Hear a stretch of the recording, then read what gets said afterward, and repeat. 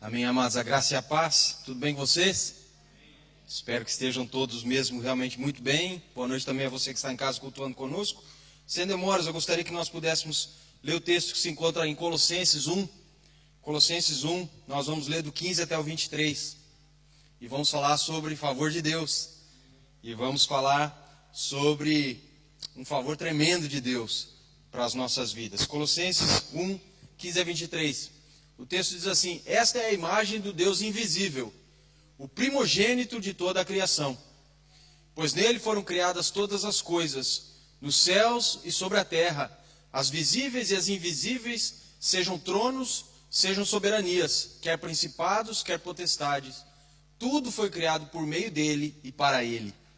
Ele é antes de todas as coisas, nele tudo subsiste. Ele é a cabeça do corpo, da igreja. Ele é o princípio, o primogênito de entre os mortos, para em todas as coisas ter a primazia. Porque aprove a Deus que nele residisse toda a plenitude de Deus. E que, havendo feito a paz pelo sangue da sua cruz, por meio dele reconciliasse consigo mesmo todas as coisas, quer sobre a terra, quer nos céus.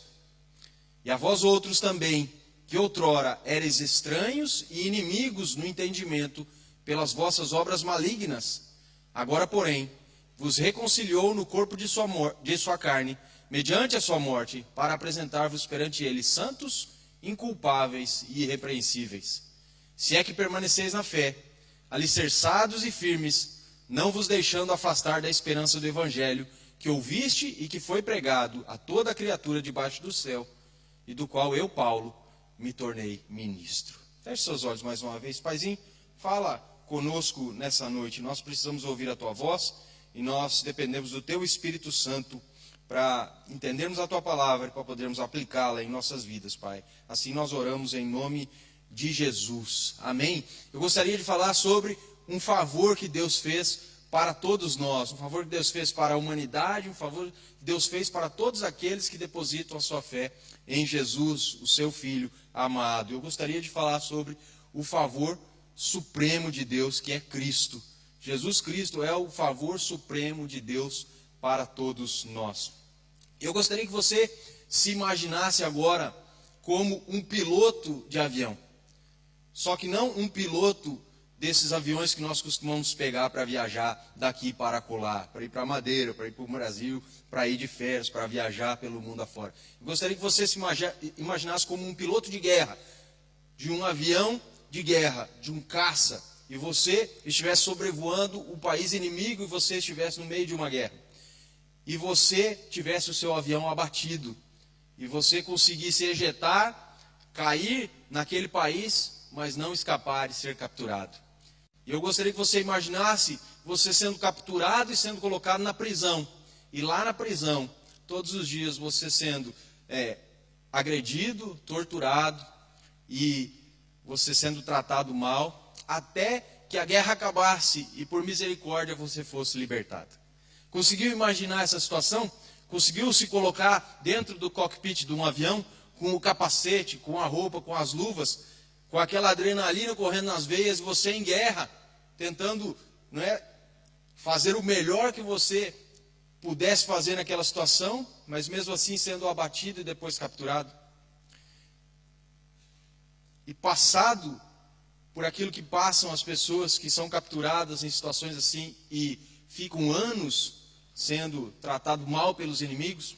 Pois é, isso que aconteceu com um piloto da Força Aérea dos Estados Unidos chamado Howard Rutledge. Rutledge, difícil esse nome, e talvez eu até esteja falando errado, mas o certo é que ele estava sobrevoando o Vietnã, e ele foi abatido e depois foi capturado, há muitos anos atrás. E ele escreve a sua experiência no seu livro que tem por título Na Presença dos Meus Inimigos. E uma parte do livro me chamou bastante atenção e eu vou ler para vocês. Diz assim: durante os longos períodos em que eu era forçado a meditar, não foi difícil aprender a distinguir entre o que é importante e o que é supérfluo. Lembra, ele estava numa prisão em um país inimigo sendo muito maltratado. Ele não demorou para distinguir entre o que era importante e o que era supérfluo, entre o que era útil e o que era lixo. E ele diz: anteriormente, nos domingos, por exemplo, eu passava o tempo trabalhando muito ou me divertindo e não tinha tempo para ir à igreja. Durante muitos anos, a minha esposa havia me chamado para ir ao culto com toda a família. Ela não implicava e nem se irritava, mas sempre mantinha as esperanças. Mas eu estava ocupado demais, ligado demais em outras coisas e não podia passar 1 ou 2 breves horas por semana pensando nas questões mais importantes da vida. Mas agora ali estava eu, preso, cercado por imagens da morte, cenas, sons e cheiros. Em pouco tempo, minha fome espiritual superava até mesmo a vontade de comer um bife. Eu queria saber mais sobre aquele aspecto do meu ser que nunca morrerá. Queria conversar com alguém sobre Deus, sobre Cristo, sobre a igreja. Mas num confinamento solitário, não haviam pastores, não haviam professores da escola dominical, não haviam bíblias, nem inários, nem grupos de crente para me orientar e me confortar. Eu havia negligenciado completamente a dimensão espiritual da minha vida. Foi preciso ficar numa prisão para descobrir como é vazia uma vida sem Deus. E aí nós olhamos para um texto como esse de Colossenses, e nós nos damos conta de que, infelizmente, ainda hoje, tem pessoas que, apesar de não estarem literalmente presas, não é, dentro das fronteiras inimigas, elas estão espiritualmente presas. E elas não fazem o esforço necessário para se libertar dessas cadeias. Elas continuam vivendo as suas vidas despreocupadas. Elas têm as oportunidades, as igrejas estão abertas, ela recebe constantemente convites para participar de alguma atividade religiosa, mas mesmo assim, ela faz como esse piloto e prefere dizer não obrigado, talvez amanhã. E quando nós esquecemos de dedicar o nosso tempo a Deus, nós dedicamos o nosso tempo àquelas coisas que são do aqui e do agora, dessas coisas que nós achamos que são importantes, mas que no fundo são passageiras. E essas coisas nos afastam do plano maravilhoso de Deus para as nossas vidas, e elas nos deixam cada vez mais aprisionados, como estava esse piloto. Aprisionados nas velhas práticas, aprisionados nas superstições, aprisionados nas crendices, aprisionados nas mentiras do diabo. E nós temos que entender que Jesus, ele se revelou aqui nessa terra para que eu e você pudéssemos ser libertos, sermos livres e não vivêssemos mais uma vida vazia, sem sentido e sem propósito. Ele morreu na cruz para que eu e para que você não vivêssemos presos, para que nós não vivêssemos sem Deus. Esse texto, ele tem falado comigo desde domingo, pastor Marcelo. E desde domingo eu ansiava por estar aqui para pregar essa mensagem. Só que se eu fosse pregar no domingo, certamente a mensagem ela sairia incompleta. E a pregação ela não teria o efeito que certamente ela terá. Porque desde domingo eu tenho orado, desde domingo eu tenho estudado, desde domingo eu tenho procurado entender de Deus o que esse texto significa para nós hoje, especialmente dentro dessa campanha que nós estamos fazendo. Por isso que o título é Cristo, o favor supremo de Deus. Entre todos os favores que Deus tem feito e ainda vai fazer nesses 21 dias, esse já está feito. Jesus na cruz disse, já está consumado. O seu último suspiro foi, está consumado. Tudo aquilo que Deus falou para ele fazer, ele fez. Tudo aquilo que ele precisava cumprir, ele cumpriu. Para que eu e você não estivéssemos mais presos literalmente e também não estivéssemos presos espiritualmente. Esse rapaz desse livro, dessa história, ele estava preso e corporalmente o seu corpo estava, não é, dentro de grades, e ele se arrependia a cada dia por não ter tido ou por não ter feito a escolha de buscar a Deus enquanto ele tinha liberdade. Imagina quão mais fácil seria o tempo dele dentro daquela prisão se ele soubesse mais da palavra de Deus, se ele tivesse memorizado mais a palavra de Deus, se ele tivesse mais a presença do Espírito Santo, se ele soubesse mais a respeito do caráter de Deus, mais a respeito de quem Deus é, mais a respeito do que o Filho de Deus vem fazer aqui nessa terra por ele e por toda a humanidade. Certamente ele sofreria? Claro que sim. Ele passaria poucas e boas? Claro que sim. mas ele espiritualmente estaria muito mais fortalecido do que ele acabou estando por não conhecer muito a Deus. E ele chegou ao ponto de desejar conhecer a Deus, apesar de não ainda conseguir entender direito, mais do que ele desejava um alimento, né, gostoso naquele momento. E isso me chama bastante atenção, porque somente quando a gente escolhe viver para o Senhor é que nós descobrimos realmente a verdadeira e a mais completa forma de viver nessa vida, a tal da vida em abundância que Jesus promete. Quando a gente olha para esse texto, a gente vê que a vida ela tem um sentido e ela tem um propósito, e que ambos, sentido e propósito, não tem nada a ver conosco. Se olha para o texto, você vai ver que é tudo sobre Jesus.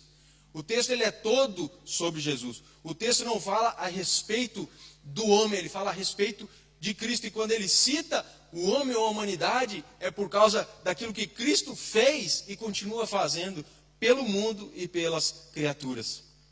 Por isso que às vezes nós precisamos entender que a gente tem que dar a primazia para o Senhor.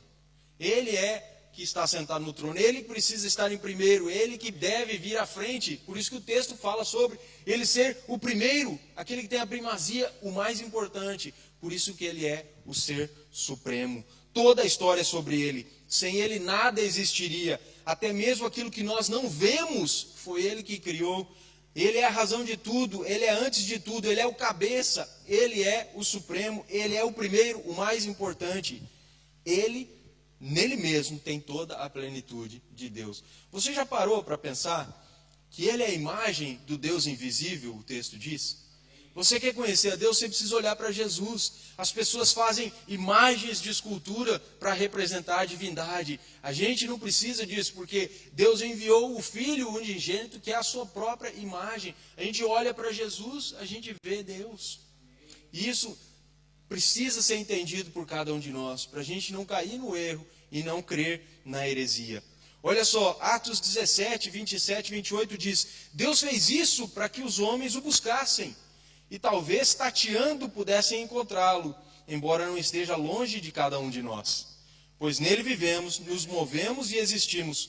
Como disseram alguns dos poetas de vocês, também somos descendentes dele. Paulo estava na Grécia e ele, andando pela cidade, em Atenas, e ele encontra uma estátua que estava escrita ao Deus desconhecido. E ele pega nessa oportunidade, ele prega a respeito de Cristo, dizendo que esse era o Deus desconhecido que eles estavam esperando conhecer.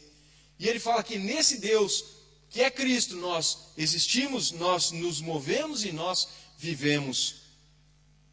Porque nós somos descendência dele. Por quê? Porque ele cumpriu o plano de Deus lá na cruz, para que eu e você pudéssemos hoje estar aqui. Eu gostaria de falar então sobre duas coisas. A primeira delas é: Cristo é o favor supremo de Deus para o mundo.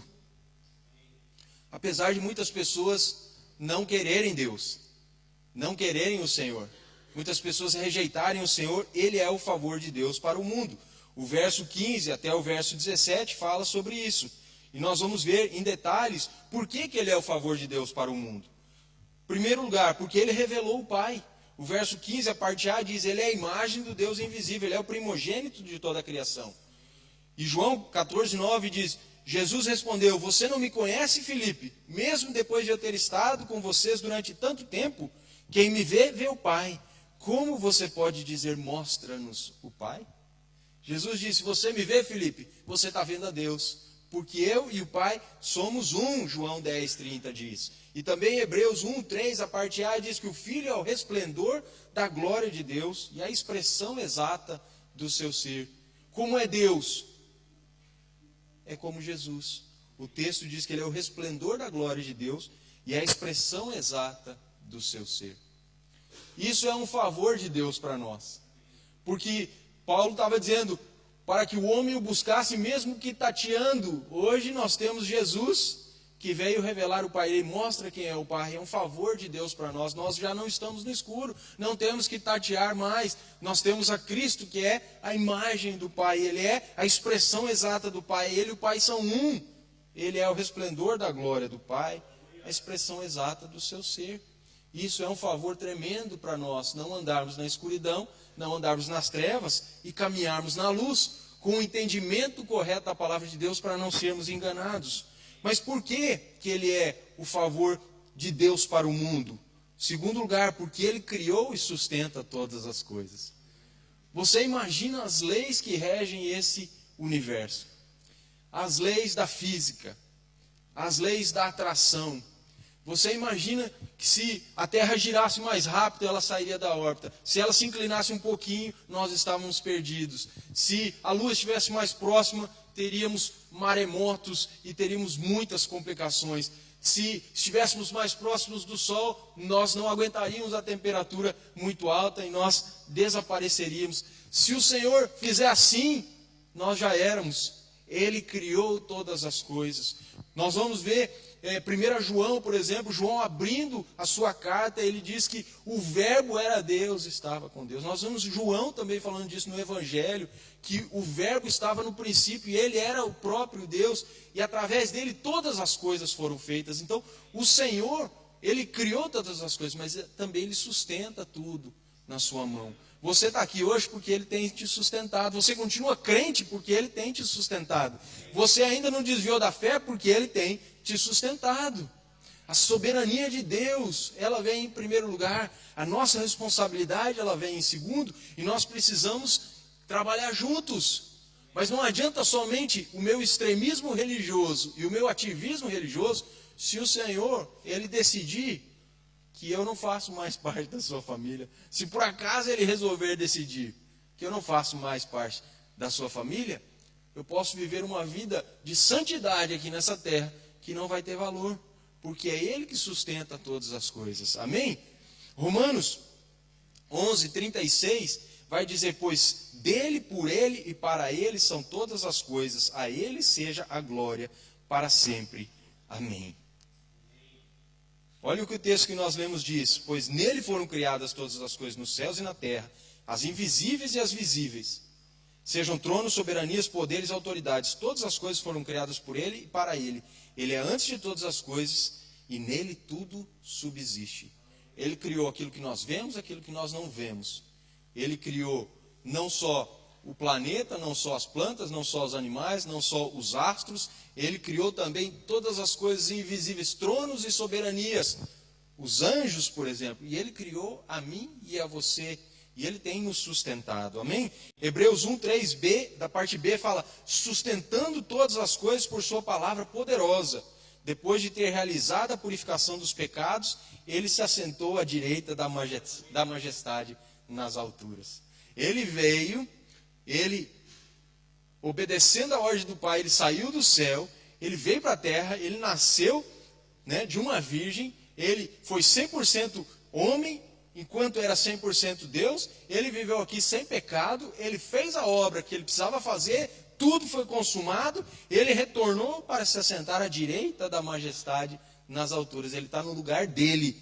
Mas olha o que o texto diz: e ele sustenta todas as coisas por sua palavra poderosa. A mesma palavra que falou lá no início, haja luz e houve luz, é a palavra que nos sustenta hoje, como nós estamos, e sustenta o mundo como o mundo está. Olha só, tem gente que fala assim: se existisse Deus, o mundo não era como é. E por o mundo ser como é, eu digo, é por isso que existe Deus. Porque se não existisse Deus, o mundo estava todo pior, muito pior. É Deus que tem ainda governado sobre esse mundo. Apesar do mundo jazer no maligno, o Senhor tem a palavra final.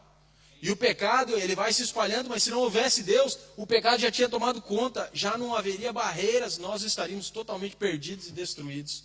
E por causa de Cristo sustentar todas as coisas através da sua palavra, o mundo ainda conta com a igreja, ainda conta com o Espírito Santo, e nós estamos aqui impulsionados por ele para fazer a diferença, para levarmos o maior número de pessoas até a salvação eterna. Então todas as coisas, elas existem em Cristo, por Cristo e para Cristo. Por quê? Porque ele é a fonte. Verso 16a diz: nele foram criadas todas as coisas. Nele foram criadas todas as coisas. Ele é a fonte dessa criação. É o verbo que trouxe tudo à existência. Ele é o agente. A parte B do verso 16. Todas as coisas foram criadas nele. Ele é ou melhor, por Ele. Todas as coisas foram criadas por Ele. Hebreus diz, pela fé entendemos que o universo foi formado pela palavra de Deus, de modo que aquilo que se vê não é feito do que é visível. Aquilo que se vê não é feito do que é visível. Entendemos pela fé que o universo foi formado pela palavra de Deus. Ou seja, foi criado por Ele. Amém? E também João 1,3 diz, todas as coisas foram feitas por intermédio dele. Sem Ele, nada do que existe teria sido feito. E também Ele é a finalidade de tudo. Ele não é só a fonte, Ele não é só o agente. Ele é o fim em si mesmo. Ele é o alvo, Ele é a finalidade. Deus criou o mundo por quê? Para Cristo. Olha o que o texto nos diz. Para Ele, é o que diz o texto, né? Nele, por Ele e para Ele. O universo tem essa finalidade. Nós temos essa finalidade. Qual é a finalidade? Efésios 1,6 nos ajuda. Fomos criados para louvor da sua gloriosa graça. Fomos criados para louvor da sua gloriosa graça, a qual nos deu gratuitamente no amado. João 3,17 diz, pois Deus enviou o seu Filho ao mundo, não para condenar o mundo, mas para que esse mundo fosse salvo por meio dele. Qual a finalidade de todas as coisas? Deus ter a cada um de nós juntamente com Ele. Por causa do pecado, muita coisa acabou não saindo do jeito que era para sair lá no plano original. Mas o Senhor, em Gênesis 3, nos conta que Ele já tinha tudo planejado. E ali Ele deu uma sentença para Eva, dizendo, olha, a tua descendência um dia vai esmagar a cabeça da serpente. Jesus já estava ali, desde o Gênesis, e nós vemos pela Bíblia toda, findando lá no Apocalipse, que no fim nós vamos tranquilamente sorrir, porque tudo já foi consumado. Amém? A vitória já está decretada. Mas eu queria falar também a respeito de Cristo como o favor de Deus para os salvos. A salvação ela está disponível a todas as pessoas. Todas as pessoas serão salvas? Infelizmente não. Por quê? Porque para que haja salvação é preciso arrependimento. Para que haja salvação é preciso nós confessarmos os nossos pecados. Para que haja salvação eu preciso crer, não é, com o meu coração e confessar com a minha boca que Jesus Cristo é o Senhor. Graças a Deus, pelo menos os que eu conheço aqui, eu acredito que todos são salvos. Lá em casa eu acredito também que muitos são salvos. E talvez se tem alguém que não seja salvo, a gente ora para que hoje mesmo possa se arrepender dos seus pecados e aceitar Jesus para ser salvo. Amém? Então Cristo é o favor de Deus para os salvos. Colossenses 18, 23. Coloca aí, por favor, Rebeca. Colossenses 1, né, o texto que nós estamos lendo, 18 até o 23, diz assim, Ele é a cabeça do corpo, da igreja.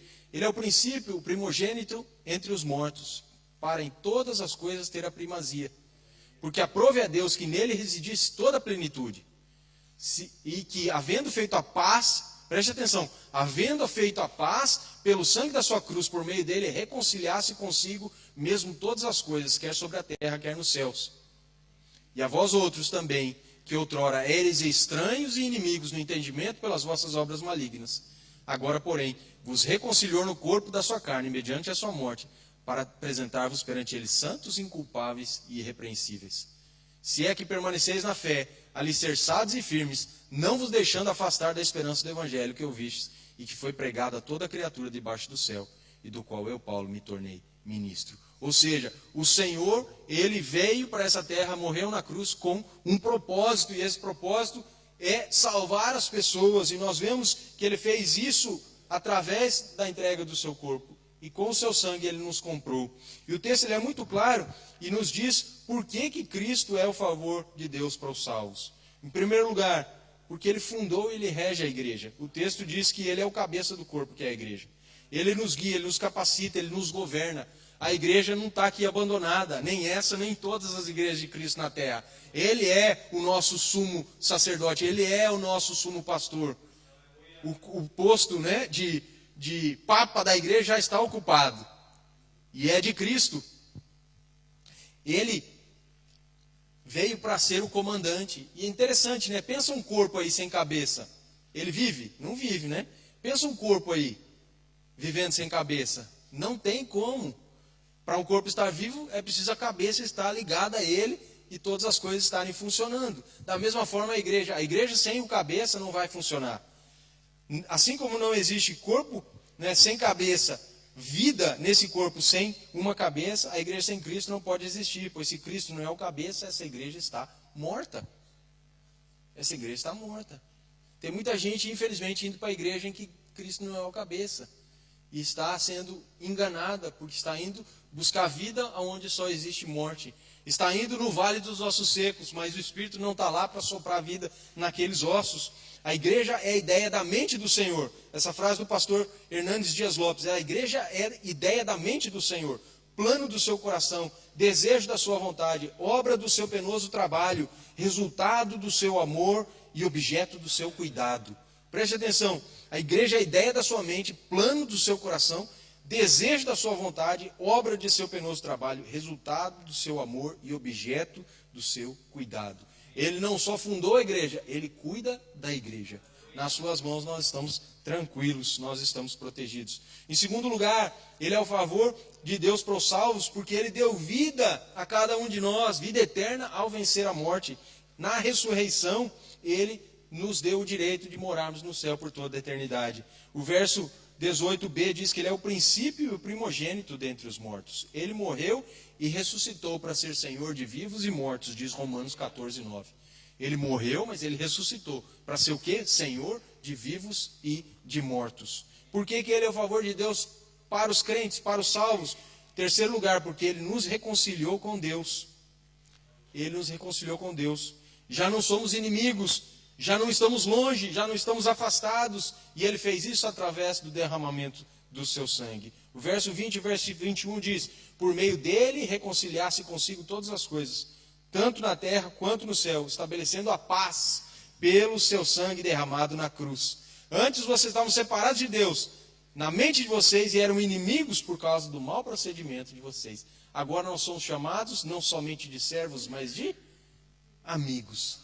Por quê? Por aquilo que ele fez lá na cruz. Agora já não há inimizade entre nós e Deus. Nós somos amigos de Deus, nós vivemos em paz. Não existe mais nenhum tipo de condenação ou acusação. Jesus satisfez a ira do Pai contra o pecado, tornando-se ele mesmo pecado em nosso lugar. 2 Coríntios 5:21.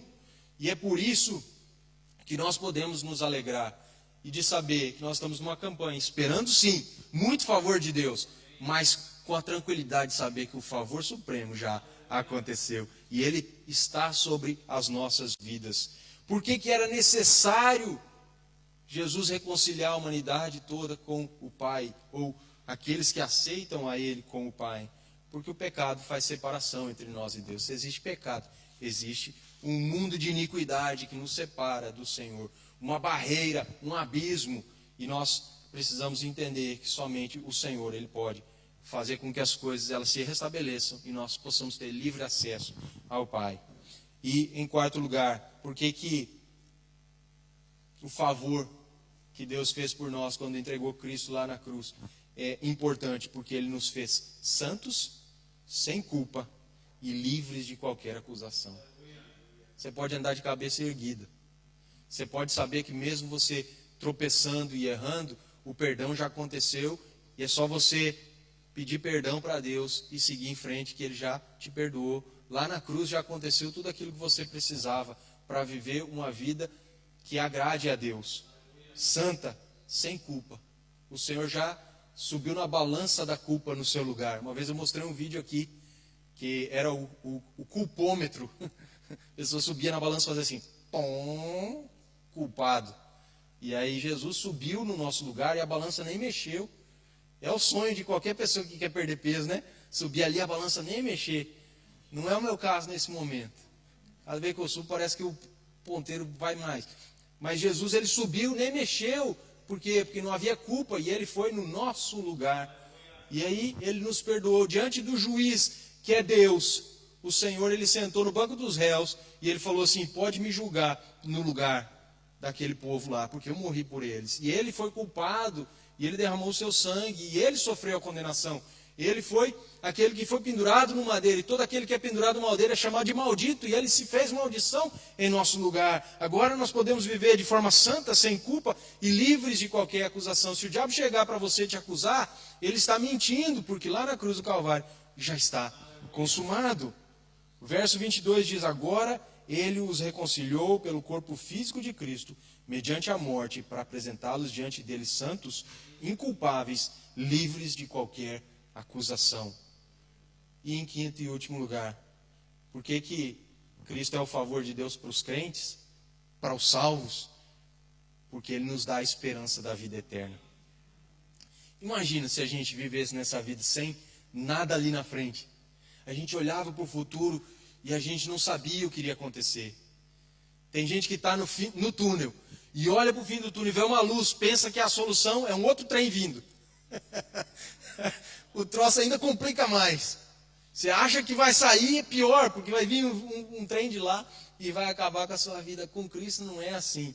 Já não tem trem, já não tem nada que possa acontecer que nos impeça de ter esperança da glória futura. A gente olha para o futuro e a gente fica tranquilo. O último capítulo da Bíblia já foi escrito. No final a gente sabe que ele venceu. E a gente pode se alegrar com isso e ter essa esperança.